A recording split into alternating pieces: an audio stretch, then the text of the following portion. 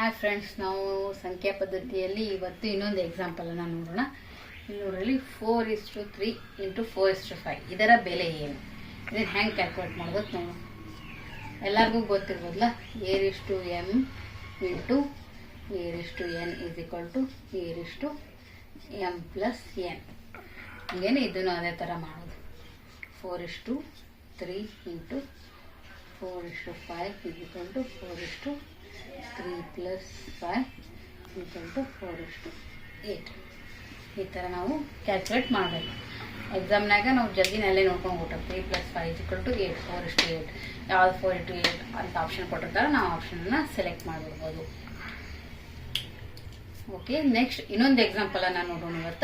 ಇವತ್ತೊಂದು 2-3 ಎಕ್ಸಾಂಪಲನ್ನು ನೋಡೋಣ ಸಂಖ್ಯಾ ಪದ್ಧತಿಯ ಮೇಲೆ. ನೋಡೋಣ. ದಶಮಾನ ಸಂಖ್ಯೆ 8 ದ್ವಿಮಾನ ಪದ್ಧತಿಯಲ್ಲಿ ಹೇಗೆ ಬರೆಯುವುದು ಅಂತ ನೋಡೋಣ. ಫಸ್ಟ್ ದ್ವಿಮಾನ ಪದ್ಧತಿ. ಈಗ 8 ಇದೆ, ಇದನ್ನ 2ರಿಂದ ಮಾಡೋದು.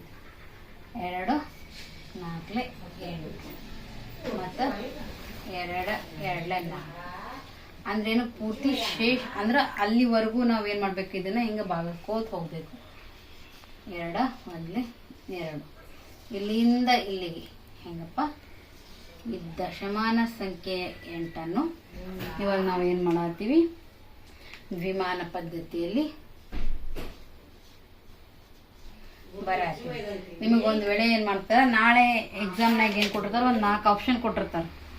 ಹೆಂಗಪ್ಪ, A = 1 0 1 0, B = 1 1 0 0, C = 0 1 1 0 ಹಿಂಗೆ, ಮತ್ತು D = 1 0 0 0. ಈ ಥರ ಕೊಟ್ಟಾಗ ನೀವೇನು ಮಾಡಬೇಕು, ಈ ದಶಮಾನ ಪದ್ಧತಿಯಲ್ಲಿರೋ 8 ದ್ವಿಮಾನ ಪದ್ಧತಿಯಲ್ಲಿ ಅಂದರೆ 2ರಿಂದ ಈ ಥರ ಭಾಗಿಸ್ಕೊತದ. ನಿಮ್ಗೆ ಇಲ್ಲಿ ಸಿಗ್ತೈತಿ. ಫುಲ್ ಲಾಸ್ಟ್ ಅದೇನು 0 ಬರೋವರೆಗೂ ನೀವೇನು ಮಾಡಿದ್ರಿ, ಭಾಗಿಸ್ಕೊತ ಹೋದ್ರಿ. ಅವಾಗ ಏನು ಸಿಕ್ತಿದ್ದು, ಏನು ಬರ್ತೈತೆ 1 0 0 0. ಇದು ನಿಮ್ದು ಆನ್ಸರ್ ಆಗಿರ್ತೈತಿ. ಎಕ್ಸಾಮ್ ಒಳಗೆ ನಿಮ್ಗೆ ಹಿಂಗೆ ಕೇಳಿದ್ರೆ ಇದನ್ನು ಬರಬೇಕು. ದಶಮಾನ ಪದ್ಧತಿಯಲ್ಲಿರೋ 8 ನಾವು ದ್ವಿಮಾನ ಪದ್ಧತಿಯೆಲ್ಲ ಬರೆದಾಗ ನಮ್ಗೆ ಏನು ಸಿಗ್ತೈತಿ, ಈ ಥರ ಸಿಗ್ತೈತಿ.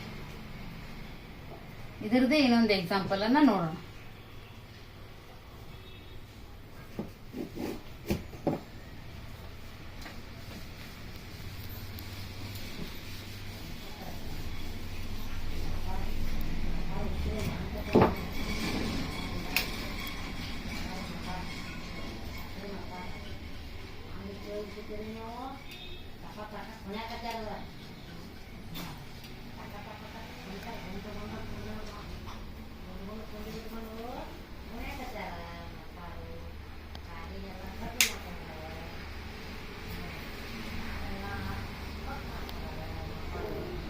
ಇವಾಗ ಏನು ನೋಡಿದ್ವಿ, ನಾವು ದಶಮಾನ ಪದ್ಧತಿ 8 ದ್ವಿಮಾನ ಪದ್ಧತಿಯಲ್ಲಿ ಹೆಂಗೆ ಬರೆಯೋದು ಅಂತ ನೋಡಿದ್ವಿ. ಇವಾಗೇನು ದಶಮಾನ ಪದ್ಧತಿ 39 ಪಂಚಮಾನ ಪದ್ಧತಿಯಲ್ಲಿ ಹೇಗೆ ಬರೆಯೋದು ಅಂತ ನೋಡೋಣ.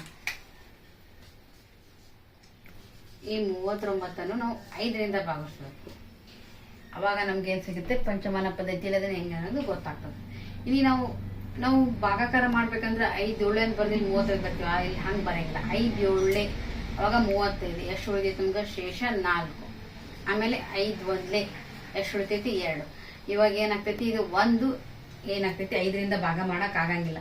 ಲಾಸ್ಟ್ ನಿಮ್ಗೆ ಉಳಿಯುವುದೇ ಇದೆ. ಅವಾಗ ಏನು, ಇವಾಗ ದಶಮಾನ ಪದ್ಧತಿಯಲ್ಲಿರುವ 39 ಪಂಚಮಾನ ಪದ್ಧತಿಯಲ್ಲಿ ಬರೆದಾಗ ನಿಮ್ಗೆ ಸಿಗುವ ಆನ್ಸರ್ ಅಂದ್ರೆ ಇದು 124. ನಾಳೆ ನಿಮಗೆ ಏನಾದರೂ ಎಕ್ಸಾಮ್ನಾಗ ಕೇಳಿದಾಗ ಇದೇ ಥರನೇ ನೀವು 124 ಅಂತ ಒಂದು ಆನ್ಸರ್ ಇದ್ದಾಗ ಈ ಥರ ಹಾಕ್ಬೇಕು. ಪಂಚಮಾನ ಪದ್ಧತಿಯಲ್ಲಿ ಬರಿಬೇಕಂದ್ರೆ ಈ ಥರ ಮಾಡ್ಬೇಕು. ಇಲ್ಲಿ 5 7 ಬರ್ದು 35 ಬರ್ದು ಹಿಂಗೆ 0 ಅಂತ ಹಂಗೆ ಮಾಡೋಂಗಿಲ್ಲ. 5 7 ಅವಾಗ 35 ಉಳಿತೈತಿ, 4 ಉಳಿತೈತಿ. ಈ ಥರ ಬರಿಬೇಕು. ಆಮೇಲೆ 5 1 2 ಉಳಿತೈತಿ. ಈ ಥರ ಬರೆದಾಗ 1 2 4 ಇದೇನಾಗ್ತೈತಿ, ಇದನ್ನು ಪಂಚಮಾನ ಪದ್ಧತಿಯಲ್ಲಿ ಬರೆದಾಗ ನಮ್ಗೆ ಸಿಗುವ ಆನ್ಸರ್ ಆಗ್ತದೆ. 8 ನೋಡಿದ್ವಿ ನಾವು, ಅದನ್ನು ದ್ವಿಮಾನ ಪದ್ಧತಿಯಲ್ಲಿ ಬರೆದಾಗ ಅದು ಫುಲ್ ನಮ್ಗೆ ಏನಾಗ್ತೈತಿ, 0ವರೆಗೂ ನಾವು ಏನಾಗ್ತೈತಿ ಅದನ್ನು ಭಾಗ ಮಾಡೋಕೆ ಸಾಧ್ಯ ಇದೆ. ಆ ರೀತಿ ಏನಾಗಲ್ಲ, ಸಾಧ್ಯ ಆಗಂಗಿಲ್ಲ. ಏನಾಗ್ತೈತಿ, ಶೇಷಗಳು ಉಳ್ಕೋತ ಹೋಗ್ತಾವೆ. ಲಾಸ್ಟ್ ಇದು ಏನಾಗ್ತೈತಿ, 5ರಿಂದ ಭಾಗ ಆಗಂಗಿಲ್ಲ. ಆದ್ದರಿಂದ ನಿಮ್ಗೆ ಸಿಗುವ ಆನ್ಸರ್ 1 2 4. ಇದು ಪಂಚಮಾನ ಪದ್ಧತಿಯಲ್ಲಿ ಹೇಗೆ ಮಾಡೋದು, ಅದನ್ನು ದ್ವಿಮಾನ ಪದ್ಧತಿಯಲ್ಲಿ ಹೇಗೆ ಮಾಡೋದು ಅಂತ ತಿಳ್ಕೊಂಡ್ವಿ. ನೋಡಿದ್ರಲ್ಲ, ಇವತ್ತೊಂದು 2-3 ಎಕ್ಸಾಂಪಲನ್ನು ಬೇರೆ ಬೇರೆಯಾಗಿ ಹೇಗೆ ಮಾಡೋದು ಅಂತ ನೋಡಿದ್ವಿ. ಮತ್ತು ನಾಳೆ ಇದೇ ಥರದ ಇನ್ನೊಂದಿಷ್ಟು ಎಕ್ಸಾಂಪಲ್ಗಳೊಂದಿಗೆ ಬರ್ತೀವಿ. Thank you. Please subscribe our channel.